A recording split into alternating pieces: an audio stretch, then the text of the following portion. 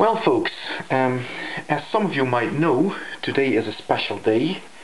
It is Ash Wednesday. Now I am an atheist, so you might think, well, what would that matter to you? But my wife is a devout Catholic, so today we eat no meat. And I thought this is a good opportunity to show you a little dish here that is very, very simple, yet very, very tasty. It's just a fish soup, basically.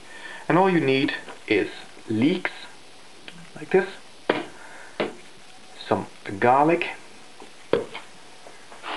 and a little bit of flat parsley,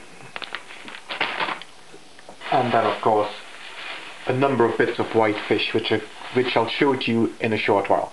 Now the first thing I'm going to do is chop the leeks. Now I'm not going to bore you with that, so I'm going to stop the video here. Now, for the next bit of work, I need a good sharp knife. And it's very important to keep your knife nice and sharp. The way to do that is by using one of these, and of course your knife. The trick is to use an angle of more or less 15 degrees. Now obviously this is not an exact science, but it's about like that, yeah, between your knife and the sharpener. And you basically then just slide along it like this in order to sharpen it. Now listen to this, because it will tell you whether you're doing it right. If your angle is too acute or too oblique, you can hear it scraping nastily across the thing, which is not a good thing. And if it's not acute enough, if it's too acute, it won't work either. But listen to this zinging sound.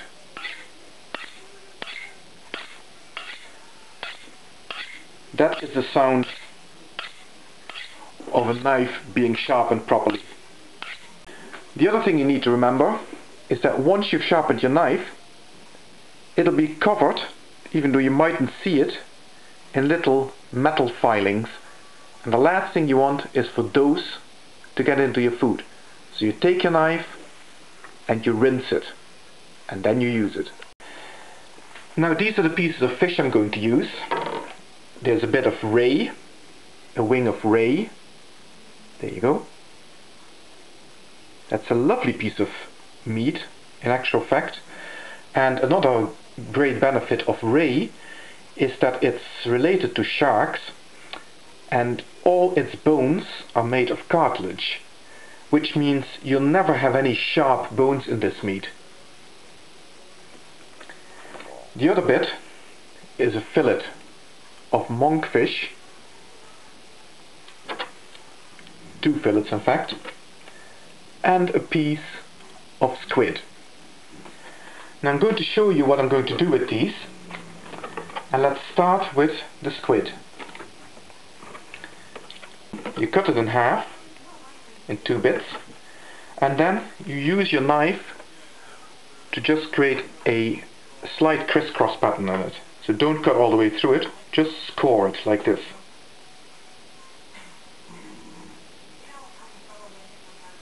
That's all that you need to do. And like that.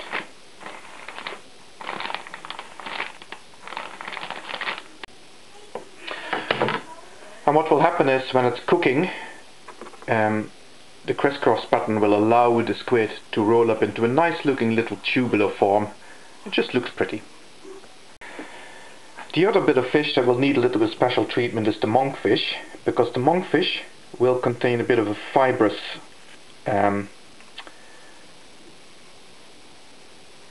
material, so to speak, and you just need to cut that off.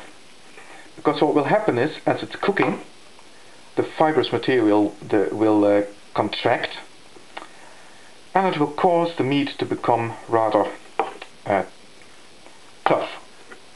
Whereas if you take this off, the meat will stay as it is, it won't contract, and it will stay a bit more moist and a bit more soft and nicer to eat. And that's why you need your knife to be very, very sharp to do this finicky work.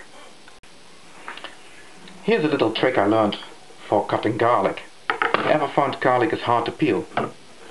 Look at this. Put the knife on top of it, give it a whack, and it doesn't matter if the garlic gets a bit crushed because, you know, it's going to be chopped up anyway.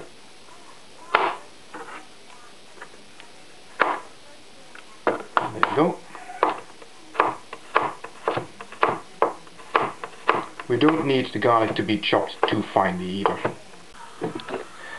The sauce is simplicity itself. All you need is some olive oil and some tomatoes. That's pretty much it. Now, don't be too skimpish on the olive oil now, because it is one of the things that gives the thing flavor. Okay?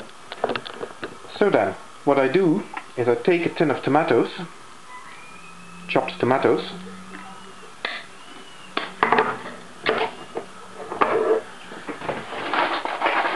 and what I find is very nice is to take some of the tomatoes out just with a fork, so you don't get too much liquid, just a little bit of it, and put it in to fry in the initial stages of putting this together. It'll give the sauce this sort of taste of fried tomatoes, even though the rest of it is just poured in afterwards from the rest of the tin. So we let that start frying up a little bit. Then we take the leeks that we chopped up and obviously washed.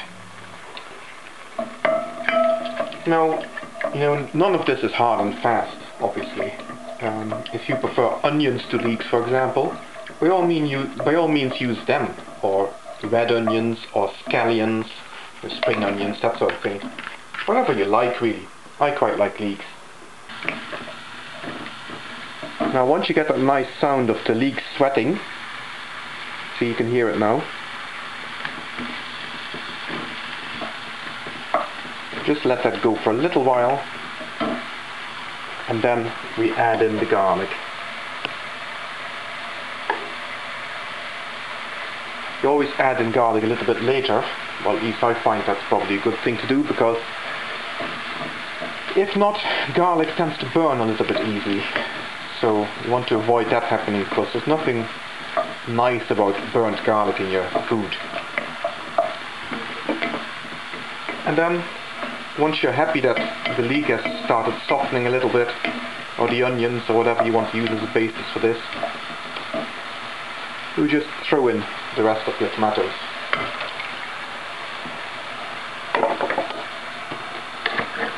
And the second tin, I quite like the bulk. Now, once the leek is ready, it's got nice and soft, you just add the usual condiments to it. A little bit of black pepper would be nice, a little bit of salt, that sort of stuff.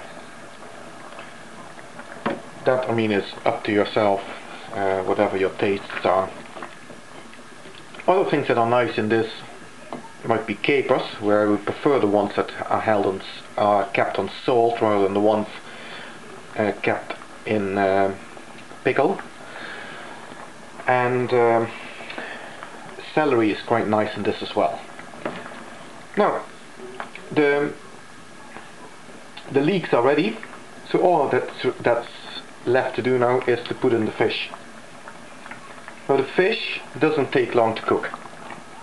As all fish, it basically just needs to be cooked, and then it will be ready to eat. What a lot of people do, you know, in good faith, you know, being afraid that, you know, of food poisoning with fish, I don't know why, get nice fresh fish that looks good, smells good, and there should be no problem. And you could even eat it raw if you wanted to. They do it in Japan all the time, and it doesn't do them much harm. Put your fish in, let it cook, and when it's just ready, then the dish is ready to eat. So that's all there is to this. There's nothing else to this. And the only other thing I do then is I cook a nice load of pasta to go with this.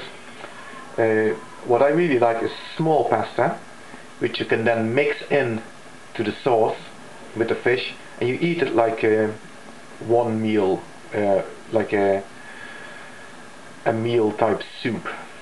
That's just lovely. So if anybody sees this before the day is out, you might want to give this a go.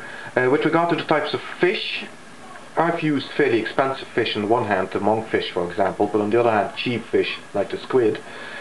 As long as it's white fish, any fish will do. Cod, whiting, haddock, anything that's white fish will be nice in this. So enjoy.